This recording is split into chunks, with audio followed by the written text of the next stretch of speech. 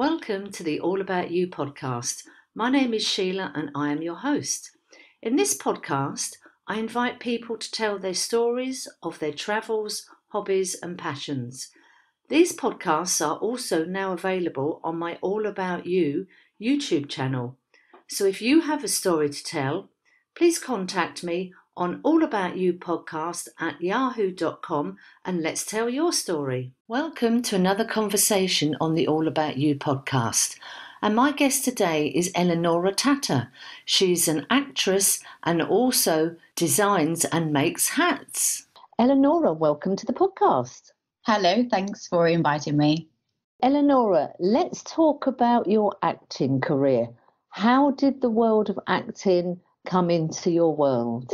Well, as far as I remember, there wasn't a special moment where I decided I want to be an actress. I just felt when I was young, I just felt being, in front of people, it was a bit scary for me because I used to be very shy when I was a child. But then I had some experiences on stage and then I felt like, in a way, at home. I wasn't scared anymore. Maybe because of, you have the distance with the audience and, it just felt like cozy being on a wooden floor with the curtains, just I don't know. Somehow I felt comfortable more than I used to be when I was among people. And then that was when I was 10, 12 years old probably. And then, slowly I just was very passionate about films and theatre and music and I've always loved period dramas. I'm a big fan of Dante, to be honest. And so slowly I just decided to, give it a go. And I started with a short theatre course and then I took other theatre workshops and then I got into the National Academy of Drama in Italy, in Rome.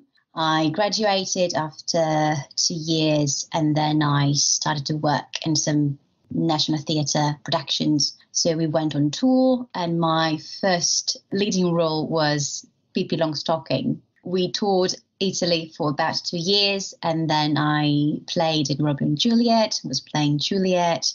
And then after other few theatre performances, I felt like I want to know more about other acting techniques as well. So I went to New York for a few months, stayed there for 3 months and for some acting classes. And then I went back to Italy and I decided to leave my country again. I just felt like I was looking for some more possibilities and somewhere else. So I felt like, okay, Italy gave me enough in a way. So I felt like, let's go and explore the world of acting somewhere else. So I've always loved London and then I decided to move there. It wasn't really planned, to be honest. So I just decided to go for a few months, 6 months. But then, I'm still here and, it's almost been 7 years that I've been living in London. So I consider this city like my second home in a way. It's a big city. It's challenging every day to, just live your life because you have so much competition in here. And there are some days where you feel like, oh my God, what am I doing? But it's just pushing me to go even further and, keep trying. And as long as I have my passion to lead me through life, I will keep going. Since I moved to London, I was in short films and during pandemic, actually, I had this big opportunity to have an audition for a big feature film who was released last June, Jurassic World. I think I can say the title now because, it's out there. So I had a small role in this production and I was very, very pleased. It was a big thing.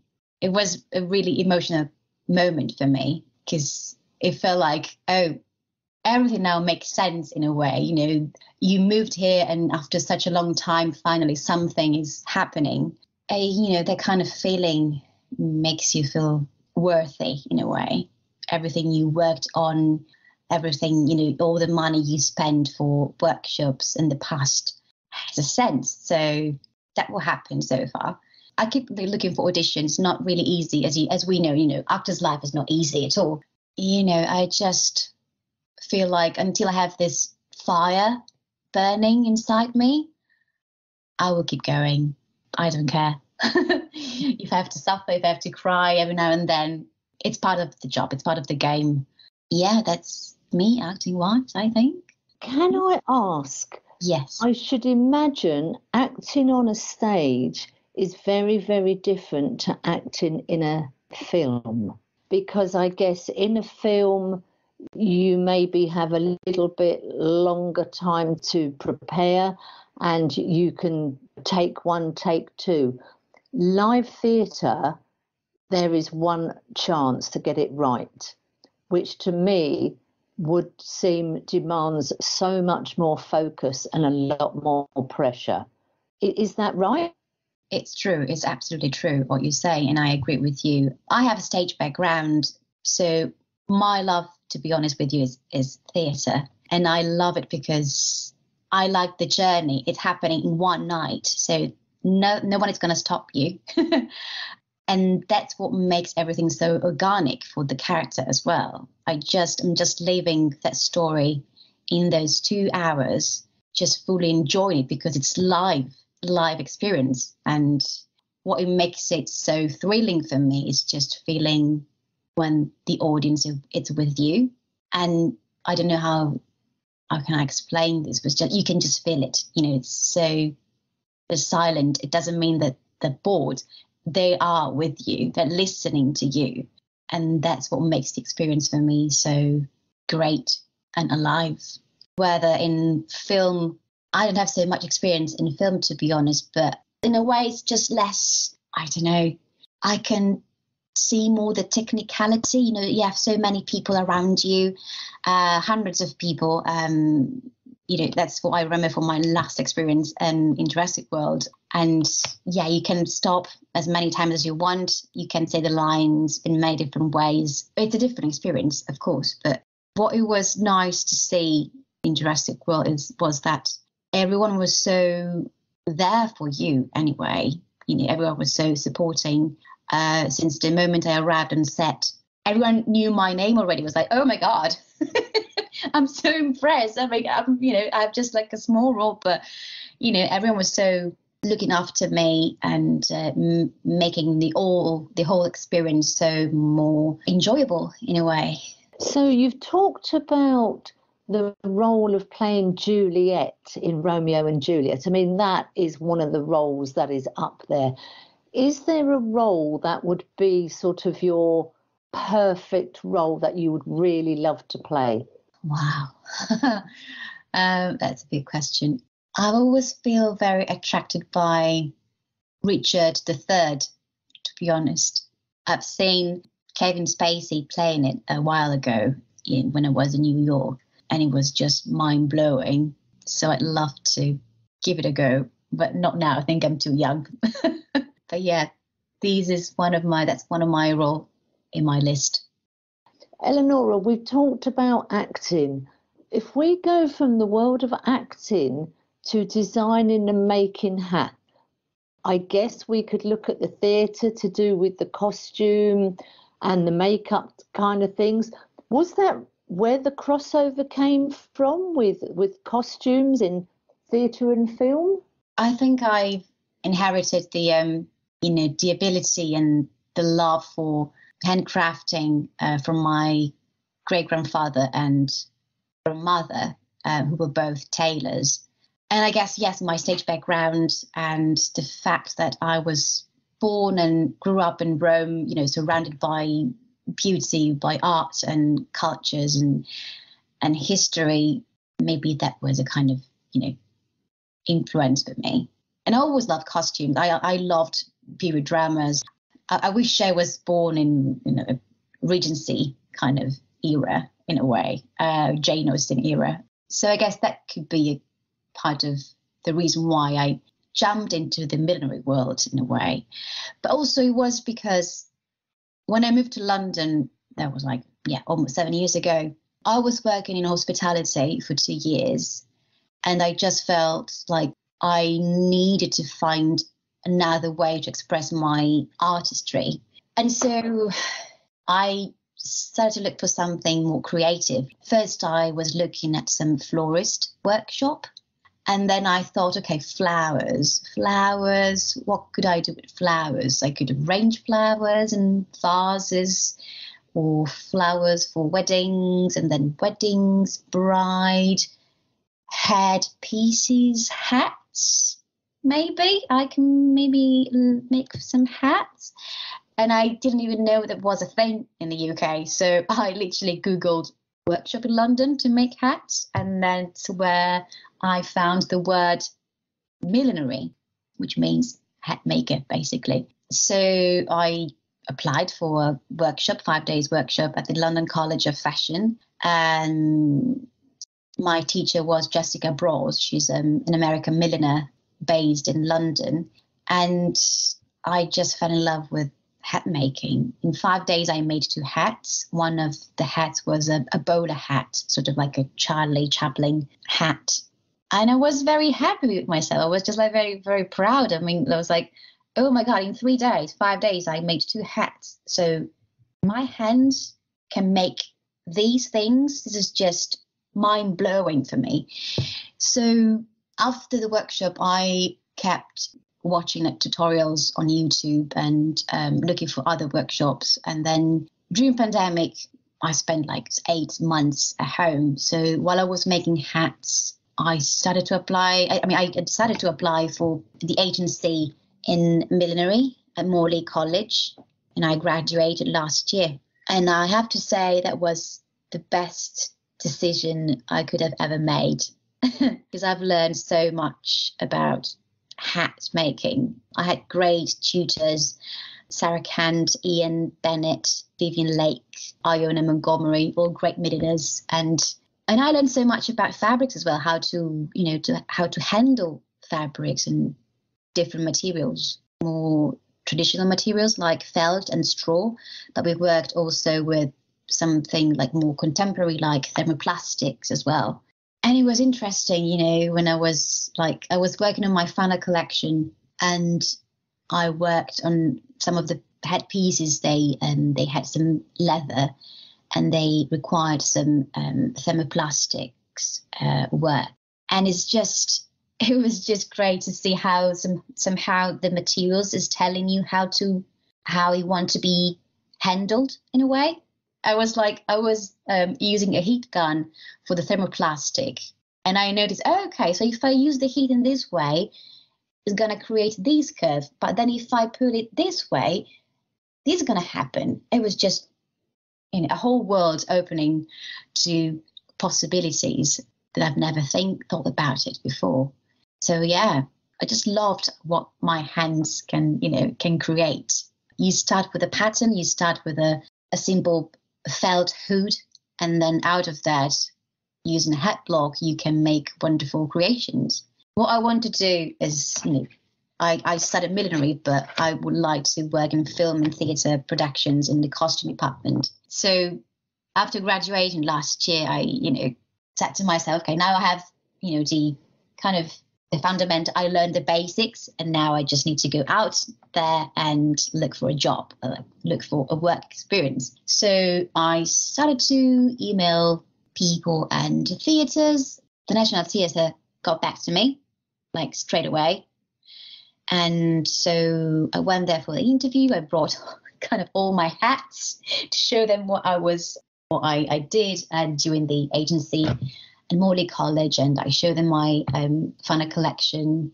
And then they decided to, take me with them for a short period of time. And then I worked on a musical called Hacks, and they have restaged this musical this year as well, because I was supposed to go actually and see the show last year, but because of COVID and it got cancelled. So they restaged the show this year. So they called me back to work with them. And I'm actually going to see the show tonight. That is going to be such an incredible pinch me moment, I'm sure. I hope so. I mean, the costumes for this production are absolutely stunning and gorgeous. And I have to thank Ruben Hart, who is the head of costume and props department where I worked, and Vicky King, who worked with me in the department. So they just showed me the way. Everyone was so helpful. Everyone was so nice and welcoming. I just felt overwhelmed by the kindness of the people there. And they showed me the ropes and they taught me so many things. So I'm really, really grateful. Yeah, so I just, gave my little contribution to the show, and I'm happy I did something useful. Wow, I'm sure it's going to be an amazing experience. Eleonora, if we talk about the wearing of hats, if somebody gets an invitation to a wedding or a garden party or some formal event where they may be required to wear a hat, it generally puts the fear of God in people. I feel a lot of people are terrified of wearing hats. They don't want to go and look for a hat. They don't want to buy a hat, and they certainly don't want to wear a hat. Why do you think that is? Why do you think people are so fearful of wearing hats? Well, I guess because they think they're not used to wear hats, so they feel uncomfortable. They think, oh, this is going to make me look silly. I mean, if I think about, I don't know, Royal Ascot, for example, the races, I went this year for the very first time, and just to enjoy the experience, but also it was a kind of research for me. I was just looking around and I was just impressed by the amazing creations, and you can see a whole range of different hats. You got the more classic look, which is, I don't know, with very pale colors. Then you have something that is very like big and can have like a whole shape. And you got all the types of flowers and feathers and veilings, and most of the hats are very colorful. I don't think, well, some people, they might be scared about hats, but here in the UK, I think it's part of the culture. So they used to wear hats, and they wear hats for wedding, for funeral. That's something, for example, that we don't know. We don't have in Italy this kind of culture. We don't think about, oh my God, what I'm going to wear for the wedding or for a special occasion or a party. More about the outfit. Yeah, maybe some people are like scared because the things like the thing like the hat, it's an accessory, so it doesn't fit maybe with the shape of my head, with my features. But then that's when you go to a milliner and then you look for a bespoke service, because milliners, they kind of ask you to colors and what kind of shape and colors could match your outfit, and they will guide you through sort of like, matching palette in a way, something that goes well with your dress. It's like, sometimes you go for like 2 meetings, maybe you have like a first appointment and then you go for a second appointment where you can show the client something you have been working on, and then they can try this on and then they can see if they like the shape, if they like the balance, if it's too heavy for them. It's a kind of like collaboration in a way. I think as well, if we take a wedding, for example, it might be somebody goes to a wedding once or twice a year or once every 5 years. They wear a hat. It's not something they wear every day, so they probably feel incredibly self-conscious. Is it going to fall off? Have I got it on the right way? It makes you sort of quite visible. People are going to be looking at literally what you're wearing. So maybe it's a confidence thing, that wearing a hat, because it's something very different to how we normally present ourselves every day. They could be very colourful because it's a wedding or a formal occasion. I think it's the confidence that a lot of people are frightened of. It's, can I actually pull off wearing a hat? Well, I think you can get this confidence once you enter the room and then you realize, oh, okay, so I was worrying too much, because then look at the creation I can see in front of me, So I guess maybe it's a question of like getting used to this event, and then you would allow yourself to be more confident and be more brave next time, in choosing your hat. because it's a statement. It tells you a lot about your personality as well, I guess. If I think about my hats, all of them, since the very first hat I made, since the bowler hat I made, all of them, they have something theatrical in a way, something that reminds you about a world, has some magic in it. Yeah, I can see my hat, there's something nostalgic, maybe. I don't know. Every time I work on the hat, I put something that reminds me of my time on stage, probably. The hat has to say something about you, I suppose. And sometimes when I design a hat, I start sketching.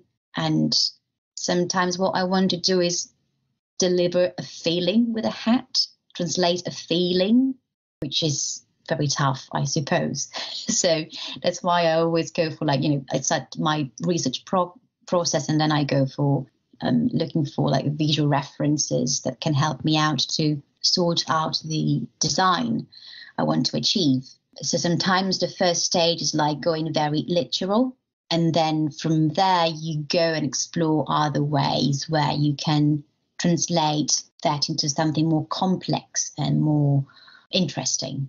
That's what I did for my hat inspired by Dante's Inferno, the one I presented for the felt making competition in this year, 2022. And the hat was inspired by Dante's Inferno.